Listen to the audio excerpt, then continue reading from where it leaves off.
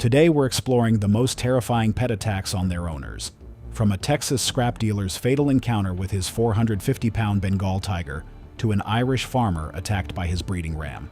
But first, we start in Indianapolis, where a routine feeding became a fatal encounter with 14 feet of pure muscle. It was April 18, 2016, in a quiet suburban neighborhood of Indianapolis, Indiana. Spring had warmed the Midwest, and the tree-lined streets were peaceful as evening approached. Inside a modest two-story home on the east side of the city, Daxby Trone prepared for a routine task he had performed countless times.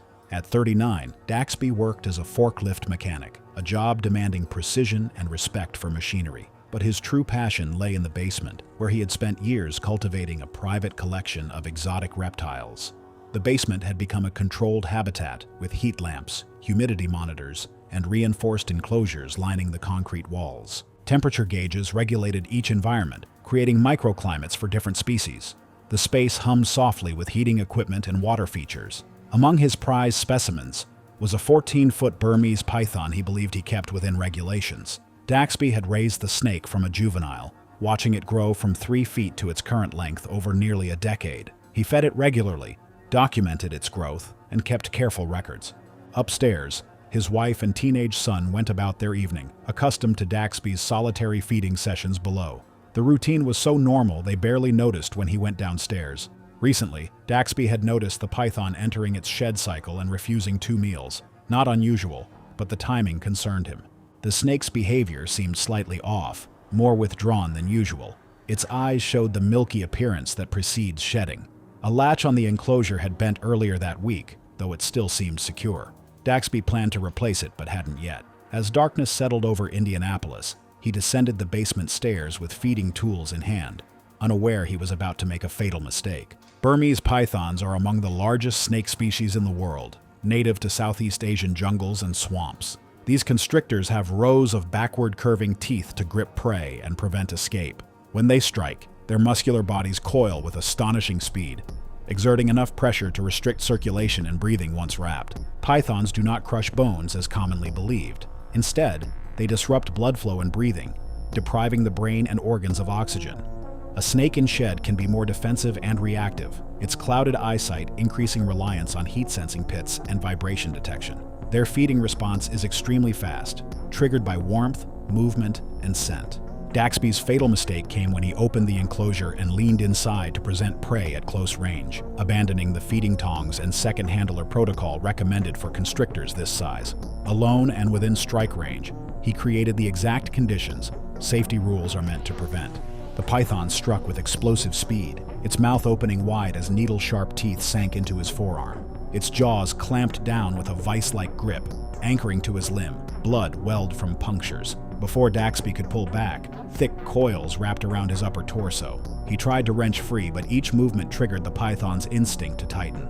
More coils encircled his chest and shoulders, forming overlapping loops that contracted with relentless pressure. Each time he exhaled, the coils cinched tighter, preventing a full breath. His ribcage compressed inward as the loops locked into place. As the snake shifted, one heavy coil pressed across his chest while another forced against the side of his neck, reducing blood flow through his carotid arteries and restricting lung expansion.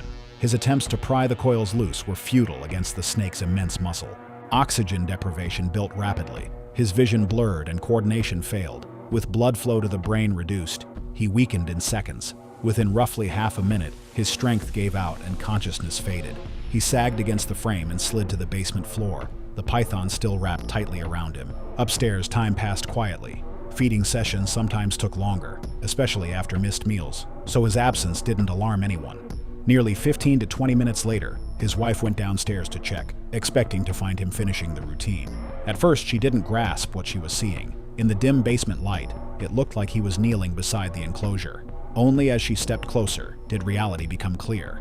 Daxby lay motionless on the floor, the python still coiled around his torso. Emergency responders were called immediately. Animal control and fire personnel secured the snake and freed him, but he showed no responsiveness. Despite resuscitation attempts, he was later pronounced dead after the scene was made safe. Officials launched an investigation, with animal control and exotic pet specialists examining the scene. The python was removed and later transferred or euthanized according to policy. The coroner's report confirmed mechanical asphyxia from constriction during a feeding response. Local media coverage sparked renewed debate about the risks of keeping large constrictors as pets.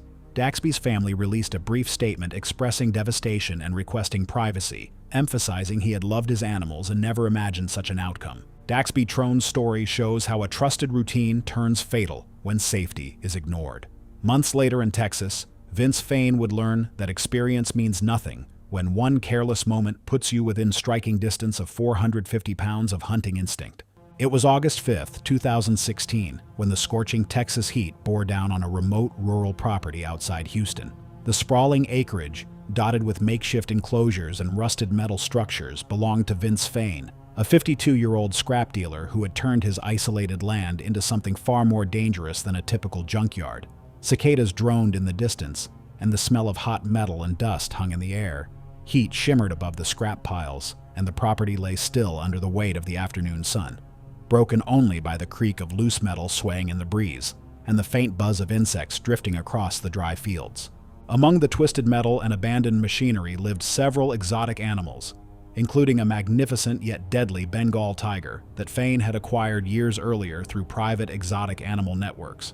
Texas's lenient laws regarding big cat ownership had made this arrangement possible, though investigators would later question whether proper safety protocols were followed and whether registration requirements had been maintained. Records later showed gaps in inspection history and enclosure documentation, along with signs that some structural repairs had been done informally using salvaged yard materials. Older weld seams appeared uneven, suggesting quick fixes rather than professional reinforcement. The property's isolation meant any emergency response would take precious time to arrive, a factor that would prove catastrophic on this sweltering afternoon. The nearest neighbors were separated by wide stretches of land, and passing traffic on the distant road was rare enough that loud noises often carried across the open fields. Fain had been feeding his animals for years, developing what he believed was a routine understanding with the predators under his care.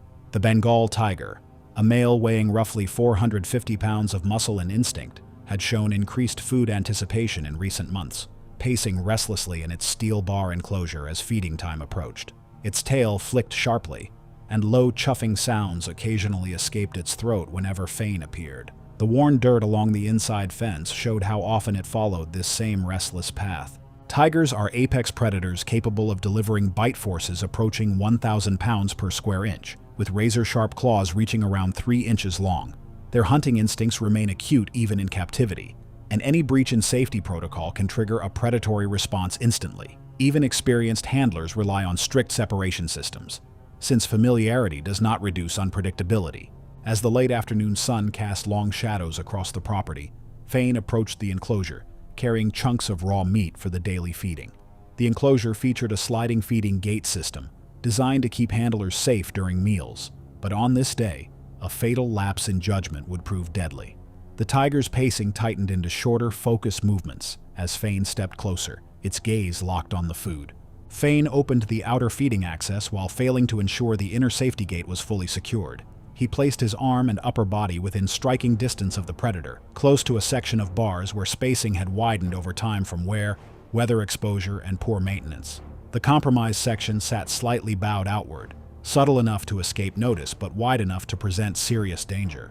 The moment he pushed the meat through the slot, the tiger reacted instantly. With explosive speed, the big cat lunged forward, its massive jaws clamping down on Fain's forearm with crushing force. The tiger's powerful neck muscles engaged as it pulled with its body weight, dragging Fain's arm through the wide gap and slamming his torso against the enclosure. Unable to release its grip, the tiger began the violent head-shaking motion big cats use to subdue prey, causing catastrophic damage to his arm and shoulder. The bars rattled sharply with each impact, echoing across the silent property. The bite tore through muscle and severed major arteries, triggering rapid, severe blood loss. Forced tightly against the enclosure and unable to pull free his trapped limb, Fain remained within reach as the predator continued to maul. The attack unfolded in brutal seconds, leaving almost no chance for escape or assistance. The tiger maintained its crushing bite while raking its claws across his shoulder and upper chest, opening deep lacerations that bled heavily. The sustained mauling continued for several minutes as blood loss worsened and shock set in, before Fain ultimately lost consciousness from exsanguination and traumatic injuries. A neighbor who heard the commotion called emergency services, reporting frantic shouting and metal rattling across the quiet property. Responders arrived to find Fane unresponsive beside the enclosure. Paramedics assessed the scene, but confirmed there were no signs of life. The death was ruled exsanguination and traumatic injuries from a captive tiger attack. Local authorities launched an investigation into the operation, raising questions about enclosure maintenance, safety systems, and compliance with regulations. Animal control officers and wildlife specialists later assessed the remaining animals and enclosure conditions, documenting several safety deficiencies requiring immediate correction. The incident sent shockwaves through the exotic animal community and renewed debates about private big cat ownership in Texas. Vince Fane's story proved how isolation turns deadly with apex predators. For Kester Vob in the Czech countryside, the danger was far more unsettling, an intelligent predator that had been watching, learning, and waiting. It was October 11th, 2015, in the rolling countryside of South Moravia region, Czech Republic. Autumn painted the landscape in brilliant oranges and reds, and morning mist clung to the valleys between ancient hills. The region was known for vineyards and small farming communities, where old stone houses dotted rural roads.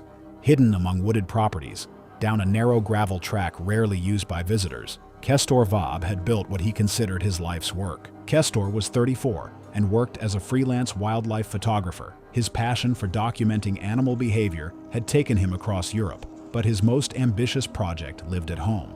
For over 15 years, he had raised an adult male chimpanzee from infancy, documenting every stage through thousands of photographs and handwritten behavioral notes stored in stacked binders inside the barn office. The property consisted of a converted barn housing a reinforced indoor enclosure system. Steel bars, layered locks, and climate controls filled the structure. To Kester, this wasn't just an animal. It was a long-term behavioral study. Investigators later confirmed, however, that the chimpanzee was being held illegally. Regional authorities had received complaints months earlier, and an inspection process had quietly begun after a veterinary supplier reported unusual bulk food orders.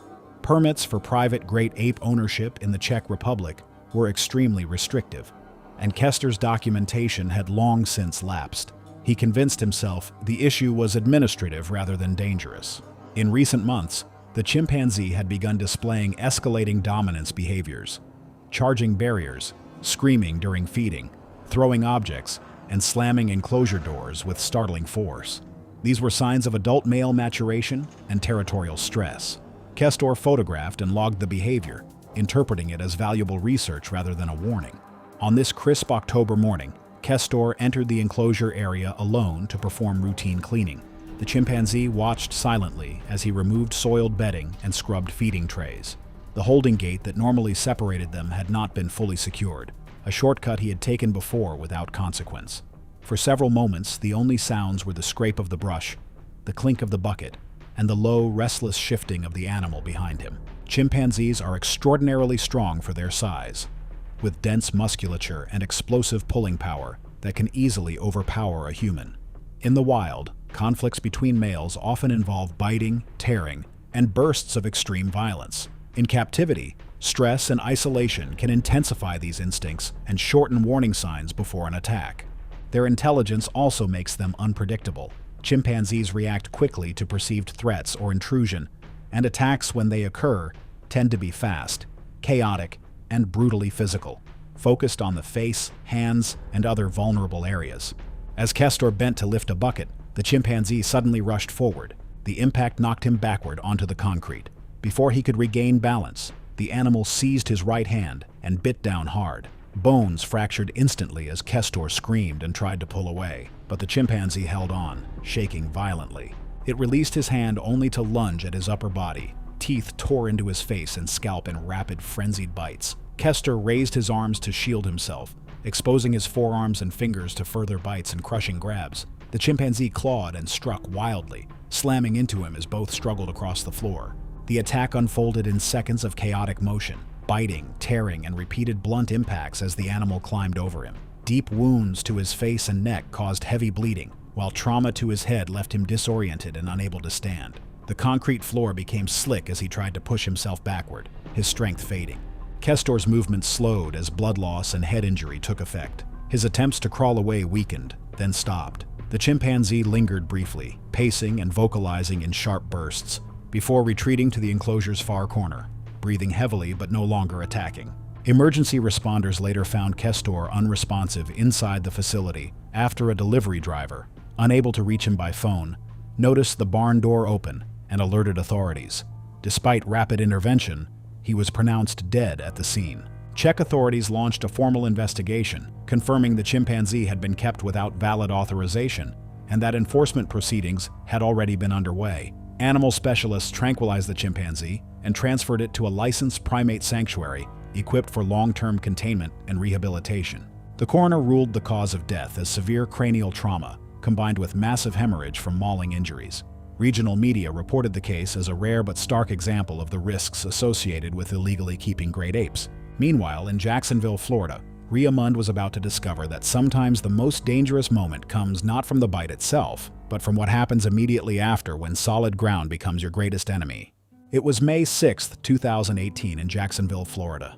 The morning sun cast long shadows across the suburban landscape, and the spring air was already thick with humidity, promising another long, sweltering Florida day ahead.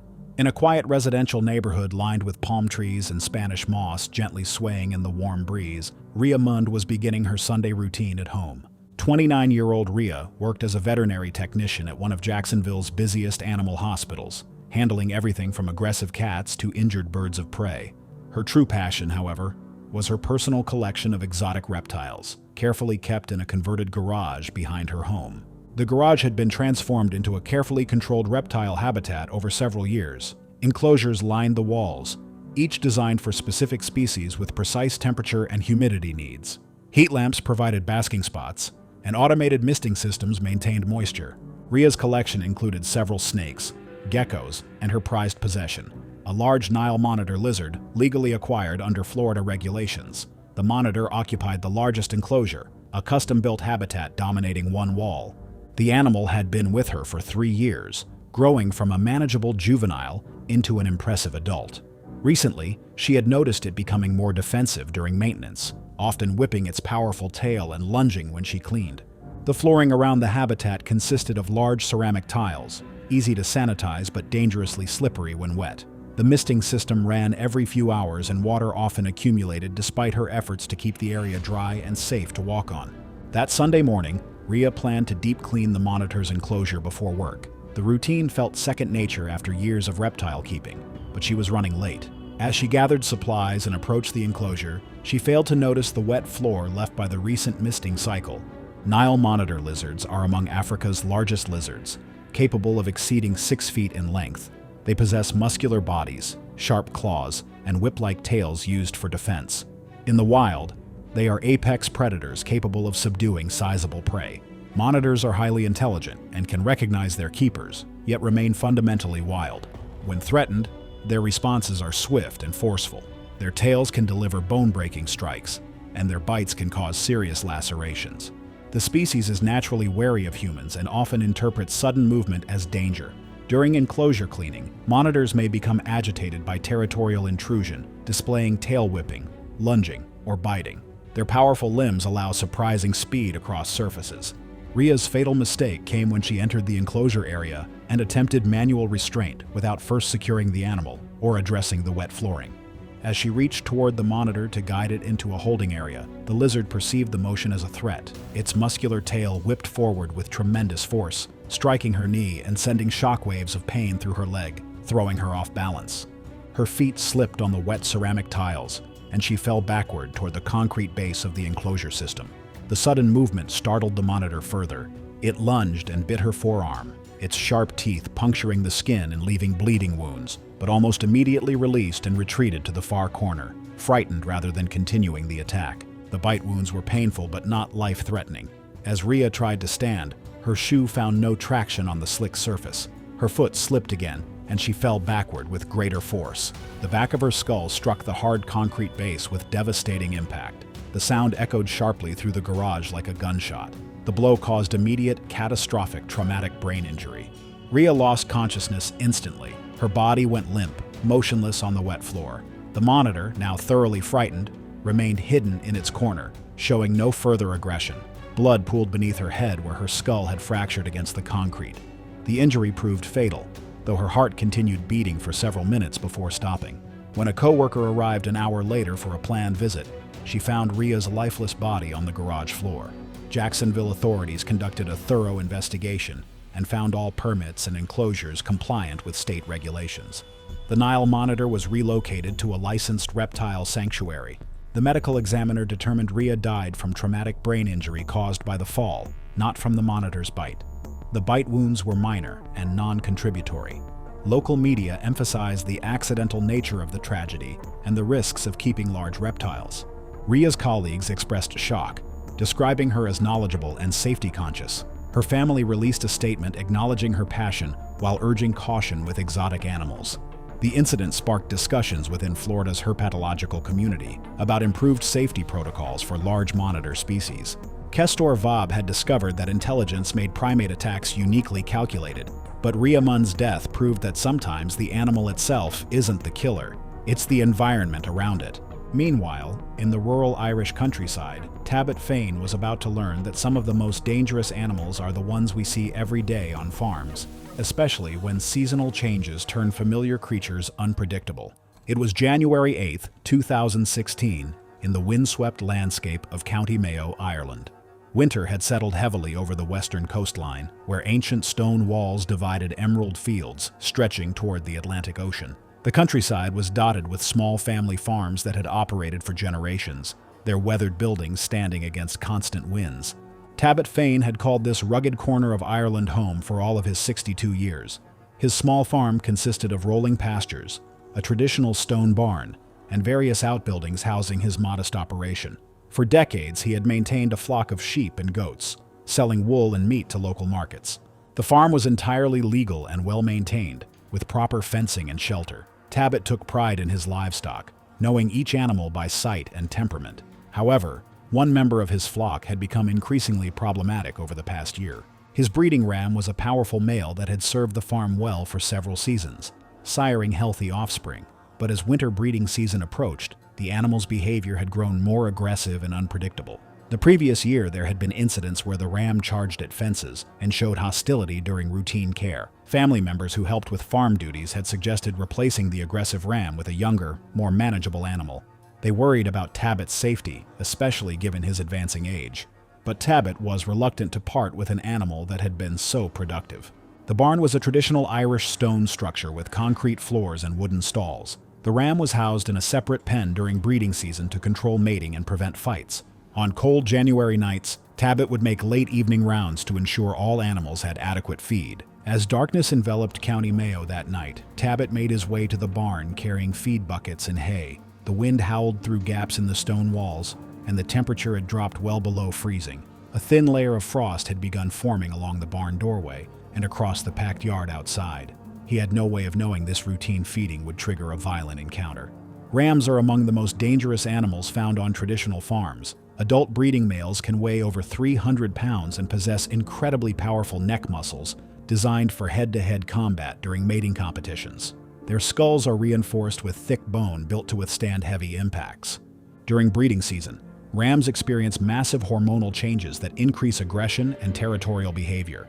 Testosterone levels surge, transforming normally manageable animals into volatile creatures.